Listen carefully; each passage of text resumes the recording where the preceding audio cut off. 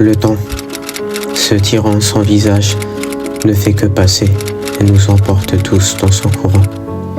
Cette citation de Voltaire illustre puissamment le pouvoir du temps, cet élément ambigu et omniprésent dans nos vies.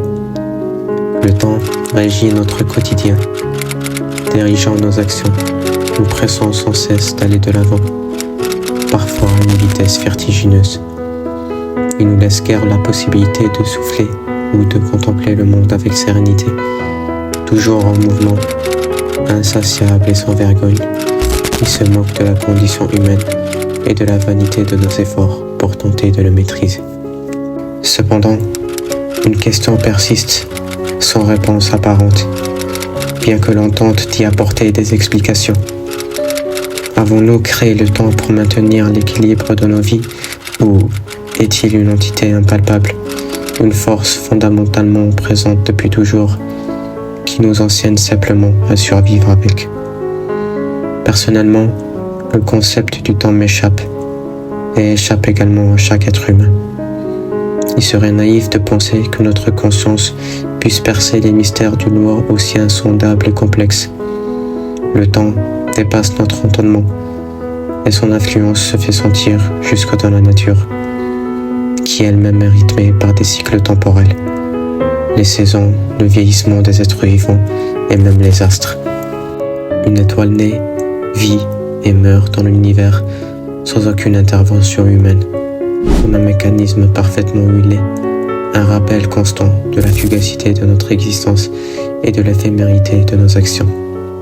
Cela nous rappelle, malgré tous nos efforts pour échapper à son emprise, que le temps nous prive de la possibilité de demeurer éternellement. Il impose sur nous cette peur irrationnelle et anxieuse de notre départ imminent de ce monde.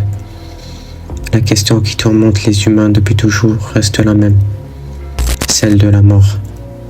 Elle hante notre conscience et bouleverse notre perception du monde, nous poussant à chercher des moyens de laisser une trace, un souvenir de notre passage, souvent par peur d'être oubliés, car ceux qui ont vécu avant nous et ceux qui vivront après nous sont un témoignage de la permanence du cycle de la vie. Cette vision intrinsèque à la conscience humaine a quelque chose de terrifiant. Toute cette anxiété existentielle trouve sa source dans un seul facteur, le temps. Ce temps qui nous fait vieillir, indépendamment de notre volonté, et qui nous conduit inexorablement vers notre propre fin. À chaque instant, il nous rapproche un peu plus de cette finalité. Nous cuisinons un petit feu, nous laissant perdus dans les turbulences de ces convulsions. On pourrait alors dire que la mort a créé le temps pour faire mûrir les choses qu'elle allait inévitablement emporter.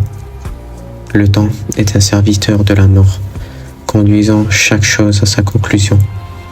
Pourtant, si l'on y réfléchit bien, sans le temps, la vie aurait-elle le même charme? Aurait-elle la force de nous propulser dans chaque circonstance, de nous donner un but, une direction? Si l'humain était certain de rester indéfiniment dans ce monde, les choses ne perdraient-elles pas leur valeur? Pour ma part, je pense que c'est précisément avec le temps que le monde prend cette importance. Le temps confère à chaque moment sa signification, à chaque séparation un poids. C'est lui qui rend chaque adieu lourd de sens et chaque parole pleine de nuances.